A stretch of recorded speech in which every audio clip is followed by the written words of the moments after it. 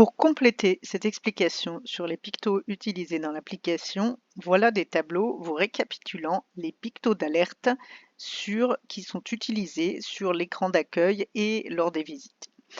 Donc en picto d'alerte, nous avons déjà la nourriture. Donc le picto d'alerte de la nourriture, c'est bien une goutte de miel, donc des gouttes de miel que l'on voit. Et quand on renseigne une visite, si jamais on renseigne un niveau faible de nourriture, donc moins, ou un niveau très faible de nourriture, moins, dans ce cas-là, une alerte apparaît sur l'écran d'accueil sur la ruche concernée.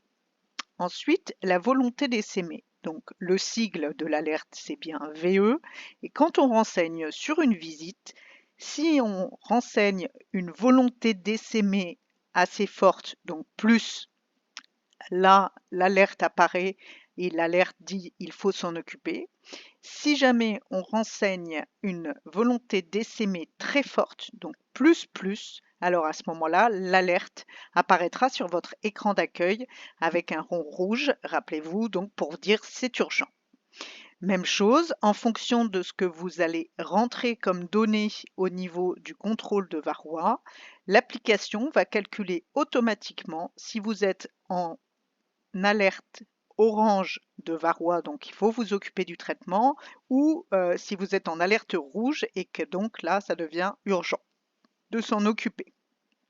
Ensuite, vous pouvez avoir un picto donc avec une couronne qui concerne les rennes à remplacer. Donc ce picto apparaîtra si vous êtes en gestion au rucher et que vous avez déclaré un certain nombre de rennes à remplacer lors d'une visite de rucher. Ensuite, vous voyez donc la reine barrée dans le rond, donc c'est bien la ruche qui est orpheline.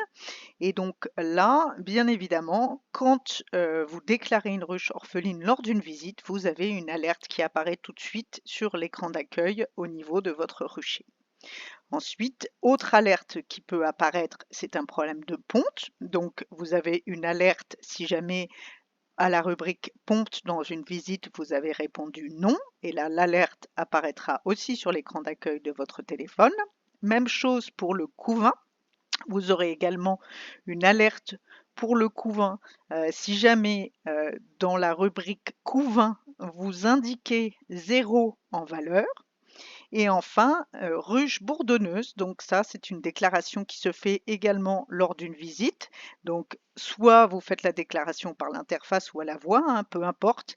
Et dans ce cas-là, ça apparaît également sur votre écran d'accueil. En fait, vous avez un B qui va se mettre donc au niveau du dessin de la ruche, juste à côté du dessin de la ruche. Ensuite, vous avez d'autres pictos qui sont utilisés et qui vous aident à lire très vite ce qui s'est passé lors d'une visite de ruche. Donc de nouveau, je vous rappelle la ponte. Donc si vous voyez l'œuf, c'est que vous avez vu de la ponte. Si l'œuf est barré, c'est que vous n'avez pas vu de ponte et que vous avez répondu non lors de la visite. Ensuite, vous verrez toujours le picto qui représente le couvain et à côté, vous aurez donc peut-être des chiffres.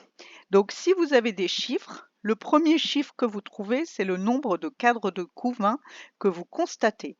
Et puis ensuite, vous pouvez éventuellement avoir un chiffre entre parenthèses, soit précédé d'un signe moins, soit précédé d'un signe plus. S'il est précédé d'un signe moins, c'est que lors de cette visite, vous avez retiré un cadre de couvain. S'il est précédé d'un signe plus, c'est que lors de cette visite, vous avez ajouté un cadre de couvain. Enfin, si votre dessin de couvain est barré, là, c'est que vous avez certainement renseigné donc une valeur 0 dans la rubrique couvain. Et donc, vous aurez une alerte qui apparaîtra sur l'écran de votre téléphone. Ensuite, votre dessin de reine va apparaître avec un code couleur différent selon l'année de la reine que vous avez déclarée donc pour la ruche en question. Je vous montrerai juste après la codification couleur de la reine si jamais vous ne la connaissiez pas. Ensuite, visibilité de la reine, donc très simple, un œil, j'ai vu la reine, un œil barré, je ne l'ai pas vue.